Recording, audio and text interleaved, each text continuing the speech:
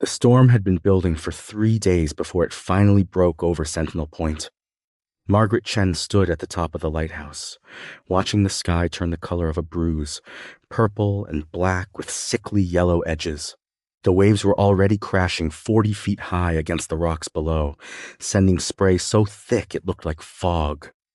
She'd been the keeper of Sentinel Point Lighthouse for 12 years now, ever since she'd fled her life in Seattle. Most people assumed she was running from something, a bad marriage, a crime, a scandal. They were partially right. She was running from something, but it wasn't what they imagined. Margaret was running from herself. The lighthouse stood on a rocky promontory that jutted into the Pacific Ocean like an accusatory finger. It was accessible only by a narrow causeway that flooded during high tide, which meant that for 6 hours out of every 12, Margaret was completely cut off from the mainland. Most people would have found that isolation unbearable. Margaret found it essential. She descended the spiral staircase, her hand trailing along the cool metal railing, counting the steps as she always did, 147. She'd climbed them thousands of times, but she still counted. It was one of her rituals, one of the many small ceremonies that structured her days and kept the chaos at bay. The lighthouse keeper's cottage was attached to the base of the tower, a squat stone building that had weathered a century of storms. Inside, it was surprisingly cozy, with thick rugs on the wooden floors, overstuffed furniture, and walls lined with books. Margaret had always been a reader, and out here, with no internet and spotty cell service, books were her primary companions. She made herself tea and settled into her favorite chair by the window, watching the storm approach. The meteorologist had warned it would be bad, possibly the worst in a decade. But Margaret wasn't worried. The lighthouse had stood through worse, and so had she. As darkness fell and the storm hit with full force, Margaret lit the lamp and began her evening routine. She checked the lighthouse beam, making sure it was rotating properly. She logged the weather conditions in her journal. She prepared a simple dinner, soup and bread, and ate it while reading a mystery novel she'd already read 3 times before. It was just after midnight when she heard the sound. At first, she thought it was just the wind, which was howling around the lighthouse like a living thing. But then she heard it again, a rhythmic banging, metal on metal, coming from somewhere below. Margaret set down her book and listened. The sound came again. It was coming from the storage room in the basement, a place she rarely visited because it was full of old equipment and supplies she never needed. She grabbed her flashlight and made her way down the narrow stairs to the basement. The sound grew louder as she descended. Bang, bang, bang, regular as a heartbeat. The basement was cold and damp, smelling of rust and old stone. Margaret's flashlight beam swept across shelves of supplies, coils of rope, old foghorns, and nautical equipment from different eras. The banging was coming from the far corner, behind a stack of wooden crates. She moved the crates aside, her heart pounding now, though she wasn't sure why. The sound was just the wind, surely, something loose that needed to be secured. But what she found wasn't loose equipment. It was a door. Here it is unchanged. Margaret stared at it, her mind refusing to accept what she was seeing. She'd been living in this lighthouse for 12 years. She'd explored every inch of it, or so she'd thought. But here was a door she'd never seen before, set into the stone wall, made of heavy oak bound with iron. And it was this door that was banging, as if something on the other side was trying to get out. No, she corrected herself, as if something on the other side was being pushed by the wind. She reached for the handle, then hesitated. Every instinct told her not to open it. But Margaret had learned long ago that running from things only gave them power. Better to face them head on. She pulled the door open. A blast of cold, salt-scented air hit her in the face, and she found herself looking at a tunnel carved through the rock, descending at a steep angle into darkness. The banging had stopped, but now she could hear something else, a distant sound, like voices or maybe just the echo of waves in a sea cave. Margaret stood at the threshold, shining her flashlight into the darkness. The tunnel looked old, very old, with chisel marks on the walls and moisture glistening on the stone. Where did it lead? And more importantly, why had she never known about it? She should close the door, go back upstairs, and wait until morning. That would be the sensible thing to do. Instead, she found herself stepping into the tunnel. The descent was steep and treacherous, the floor slick with moisture. Margaret moved slowly, keeping one hand on the wall for balance. The sound of voices, if that's what they were, grew louder as she went deeper.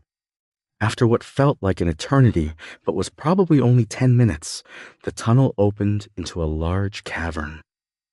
Margaret stopped at the entrance, so I will return it unchanged. Her flashlight beam unable to penetrate the darkness beyond the first few feet. She could hear water lapping against stone, and the air had that peculiar quality of large enclosed spaces. She fumbled in her pocket and found the emergency flare she always carried. She struck it against the stone wall, and it burst into brilliant red light. What she saw made her gasp. The cavern was enormous, the size of a cathedral, with a high vaulted ceiling from which hung thousands of stalactites like stone icicles. But it wasn't the natural beauty of the cave that shocked her. It was what the cave contained. Ships. 3 of them, or rather the remains of 3 ships, perfectly preserved in the still water that filled the bottom of the cavern. They looked ancient wooden vessels with tall masts and tattered sails, sitting as if they'd simply sailed in and stopped. Margaret made her way down to the water's edge, the flare casting wild, dancing shadows on the walls. She could see now that there was writing on the hull of the nearest ship, in a language she didn't recognize, and there were objects scattered on the stone shelf around the water chests, bundles wrapped in oilcloth, pieces of equipment she couldn't identify. She set the flare down in a crack in the rocks and approached the nearest chest. It wasn't locked. Inside, she found books, dozens of them, their leather covers worn but intact. She opened one carefully and saw handwritten text, again in a language she didn't know, accompanied by detailed drawings of constellations and what looked like navigational charts. The implications were staggering. This was a significant historical find, possibly even archaeological treasure. But as Margaret looked around at the secret cavern, at the ships that had been hidden here for who knew how long, she felt a growing sense of unease. Someone had known about this place. Someone had used it, and probably recently, because that door upstairs couldn't have remained hidden for centuries. Someone had concealed it deliberately, had covered their tracks. The question was, why? Margaret was so absorbed in her thoughts that she almost didn't hear the sound of footsteps in the tunnel behind her. She spun around, her heart leaping into her throat. A figure emerged from the tunnel entrance, silhouetted against her flashlight beam, which she'd left, pointing back the way she'd come. "I wondered how long it would take you to find it," a voice said. A woman's voice, familiar but out of context. The figure stepped into the light of the flare, and Margaret found herself face to face with Ellen Moreau, the harbor master from the nearest town, 15 miles down the coast. Ellen was in her 60s, a weather-beaten woman with steel gray hair and sharp blue eyes. Margaret had known her for years in the casual way of people who saw each other occasionally but never developed a real friendship. "Ellen?" Margaret's voice echoed strangely in the cavern. "What are you doing here?" I could ask you the same question, but I think the answer is obvious. Ellen walked to the water's edge and looked out at the ships with an expression Margaret couldn't quite read. Pride? Possessiveness? I suppose I should have been more careful about securing that door. The storm must have loosened something. "You knew about this place," Margaret said. It wasn't a question. "Known about it?" "I've been protecting it for 30 years. Ellen turned to face her. "Just as the keeper before me protected it, and the keeper before them. This has been the lighthouse keeper's secret for nearly 200 years. Margaret felt as if the ground was shifting beneath her feet. "I don't understand. What is this place? Why was it kept secret?" Ellen smiled, but it wasn't a warm expression. How much do you know about the history of Sentinel Point, Margaret? Just the basics. The lighthouse was built in 1847 to help guide ships around the point. There were a lot of wrecks before that. True enough. But what they don't tell you in the history books is why the lighthouse was really built and what it was really designed to protect. Ellen gestured at the ships. Do you recognize these vessels? Margaret looked at them more carefully. Now that she studied them, she could see that despite their age, they shared certain design features: sleek hulls, unusual rigging, and what looked like hidden compartments in their sides. Smugglers' ships, she breathed. Not just any smugglers. These belonged to the Brotherhood of the Endless Tide, a secret society of sailors and navigators who operated along the Pacific coast in the 1800s. They weren't smuggling goods, Margaret. They were smuggling knowledge. Ellen moved to one of the oilcloth bundles and carefully unwrapped it, revealing more books and what looked like scientific instruments.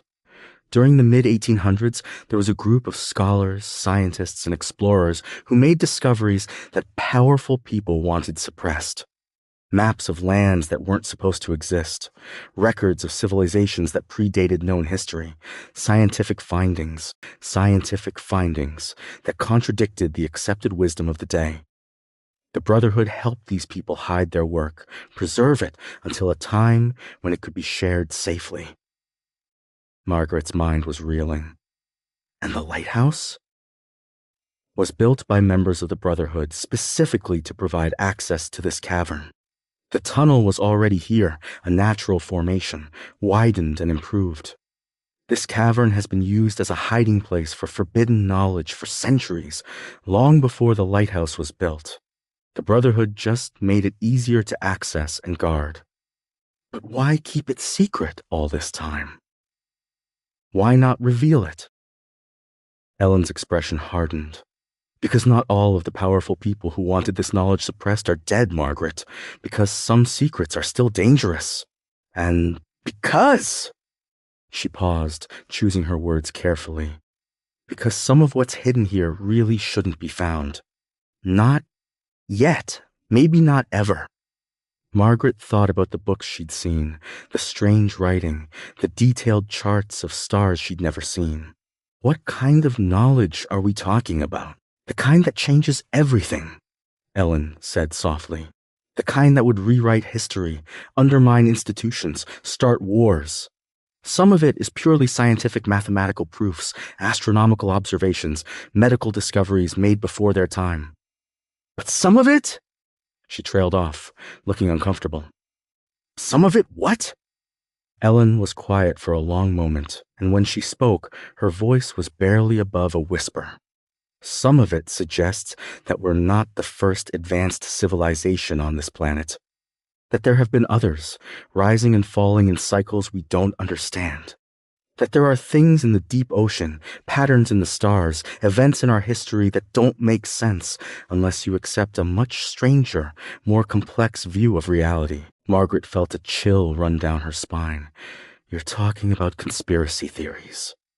I'm talking about documented, carefully researched findings made by credible scientists and explorers who had everything to lose and nothing to gain by lying.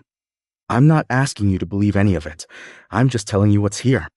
Ellen met her eyes. And now you have to decide what to do with that knowledge. The weight of the responsibility settled on Margaret's shoulders like a physical thing. Why didn't you tell me? I've been here for 12 years. Because each keeper has to discover it on their own. That's the rule. If you're meant to be the guardian, you'll find it when the time is right. If not, Ellen shrugged.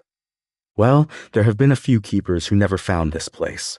They lived out their time here and moved on, none the wiser. And if I don't want to be the guardian, if I think this should be revealed, studied, shared with the world, Ellen's face went very still. Then you'd be breaking a trust that's been maintained for 2 centuries. You'd be putting at risk not just yourself, but everyone connected to this place. The Brotherhood may be largely defunct, but there are still people out there, powerful people, who would do anything to keep certain things buried. Are you threatening me? I'm warning you. There's a difference. Ellen's voice softened. Look, I know this is a lot to take in. I felt the same way when I found out. Take some time, explore the cavern, read some of the documents. There are a few in English. Then decide. But Margaret? She paused. Think carefully about the consequences. Sometimes the truth isn't liberating. Sometimes it's just dangerous. With that, Ellen turned and made her way back to the tunnel. Margaret watched her go, still processing everything she'd learned. When the sound of Ellen's footsteps had faded completely, she turned back to the cavern, to the silent ships and their cargo of secrets. The flare was burning low. Soon she'd be in darkness. But Margaret found she didn't want to leave. Not yet. She picked up one of the books in English, settled herself on a relatively dry rock, and began to read by the dying light of the flare. The journal belonged to a man named William Harding, dated 1863. He'd been a surveyor working on the Transcontinental Railroad when he'd stumbled upon something in the mountains of Utah, a series of cave paintings depicting what he described as machines of impossible complexity and beings not of this earth. His report had been dismissed as fever dreams, and he'd been removed from his position, but he'd gone back, documented everything, and brought his findings to the Brotherhood. The account was detailed, methodical, and utterly convincing. Either William Harding was one of the most talented liars in history, or he'd genuinely found something extraordinary. Margaret read until the flare guttered and died, plunging her into absolute darkness. She sat there for a while, thinking about Ellen's words, about the weight of secrets, about the cost of truth. Finally, she turned on her flashlight and made her way back through the tunnel, back to the basement, back up to her familiar cottage. The storm was still raging outside, but inside, the lighthouse was warm and safe and utterly ordinary. She made more tea and sat in her chair by the window, watching the lighthouse beam sweep across the violent sea. Ships out there, she thought, were depending on that light to guide them safely around the rocks. That was her job. That was what she did. But now she had another job too, whether she wanted it or not. Over the following weeks, as the storm passed and the weather improved, Margaret made multiple trips down to the cavern. She explored systematically, documenting what she found, reading the journals and papers, trying to understand the scope of what had been hidden here. The collection was vast and varied. There were maps showing coastlines that didn't match any modern geography. There were calculations related to astronomy and physics that she couldn't fully understand, but that seemed to suggest knowledge far beyond what should have been possible in the 1800s. There were accounts of expeditions to places that supposedly didn't exist, written by people who had no reason to lie. And there were warnings. Many of the journals included notes urging future readers to be careful, to think before sharing what they'd learned. Some of the writers had clearly paid a price for their discoveries, lost careers, destroyed reputations, even mysterious deaths. Margaret began to understand why the Brotherhood had kept these secrets. It wasn't about controlling knowledge or maintaining power. It was about protection, protecting the discoveries until the world was ready for them, and protecting the discoverers from those who felt threatened by new truths. But was the world ready now? That was the question that kept her awake at night. She thought about calling someone, a museum, a university, a historian. But each time she picked up the phone, Ellen's warning echoed in her mind, and she found herself hesitating, uncertain. The answer came from an unexpected source. One afternoon in early spring, a young woman appeared on the causeway during low tide, carrying a backpack and looking lost. Margaret watched from the lighthouse as she approached, wondering who would make the trek out to Sentinel Point without calling ahead. "Miss Chen?" the woman called out as she got closer. "My name is Sarah Harding. I think my great-great-great-grandfather left something in your care." Margaret felt her heart skip a beat. Harding. The name from the journal she'd read that first night. She invited the young woman inside, made tea, and waited for an explanation. Sarah Harding was a graduate student in archaeology, 26 years old, with her ancestors' careful, methodical manner of speaking. I've been researching my family history, she explained, and I found references to William Harding's time with the Brotherhood of the Endless Tide. There were clues, coded messages in his personal letters, suggesting that he'd hidden his findings somewhere safe. It took me 3 years to track them here. And what do you want to do with them? Margaret asked carefully. Sarah was quiet for a moment, staring into her teacup. That's the question, isn't it? Part of me wants to shout it from the rooftops. My great-great-great-grandfather was right. He found something extraordinary. But she looked up, and Margaret saw the same uncertainty she herself had been feeling. But I've also read his letters. I know what happened to him after he tried to share his discoveries, and I've done enough research to know that some things haven't changed. There are still people who would rather destroy uncomfortable truths than acknowledge them. So what will you do? What William did. Wait. Preserve. Pass the knowledge on to someone who might know what to do with it. Sarah reached into her backpack and pulled out a thick notebook. I've spent the last 5 years documenting similar finds, other discoveries don't fit our understanding of history, other voices that were silenced. I'd like to add my research to whatever is already here, for safekeeping, for the future. Margaret felt something shift inside her. Sarah understood. She got it in a way that Margaret had been struggling to articulate even to herself. This wasn't about hiding truth. It was about preserving it until it could be shared safely, effectively, in a way that would actually make a difference rather than just creating chaos. Come with me, Margaret said. There's something I need to show you. She led Sarah down to the cavern and watched the younger woman's face light up with wonder as she took in the ships, the documents, the carefully preserved secrets of generations.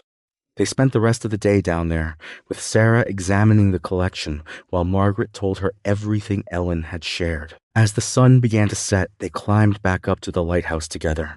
Sarah would stay the night, the causeway was already flooding, and return to the mainland in the morning. But something had been settled. A torch passed from one generation to the next. You know, Sarah said as they watched the sunset from the lighthouse gallery, maybe that's what all this is really about. Not keeping secrets, but keeping them safe, preserving knowledge until humanity is wise enough to use it properly. And when will that be? Margaret asked. Sarah laughed. If I knew that, I'd be a lot wiser than I am. But I think we'll know when the time comes, when the world is ready to hear these stories without destroying either the messengers or itself. Margaret thought about that as the stars began to emerge from the darkening sky. The lighthouse beam swept around them, steady and sure, a light in the darkness for those who needed guidance. Maybe that was what she was now, not just a keeper of a lighthouse, but a keeper of light itself.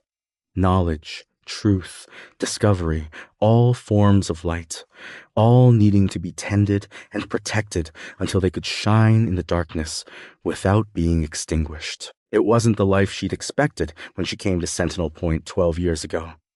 But then, running away never brought you to the place you expected. Sometimes it brought you exactly where you needed to be. The storm had passed. New storms would come, and the lighthouse would keep standing, keep shining, keep holding its secrets until the world was ready to receive them. Margaret smiled and headed back down the stairs, counting as she went in 47 steps. 147 steps between the ordinary world and the extraordinary one. 147 steps that she would climb thousands more times in the years to come, guardian of both the light and the darkness it pushed back. And somewhere in that darkness, in the cavern beneath the rocks, ancient ships waited silently, holding their cargo of impossible truths, patient as the ocean itself.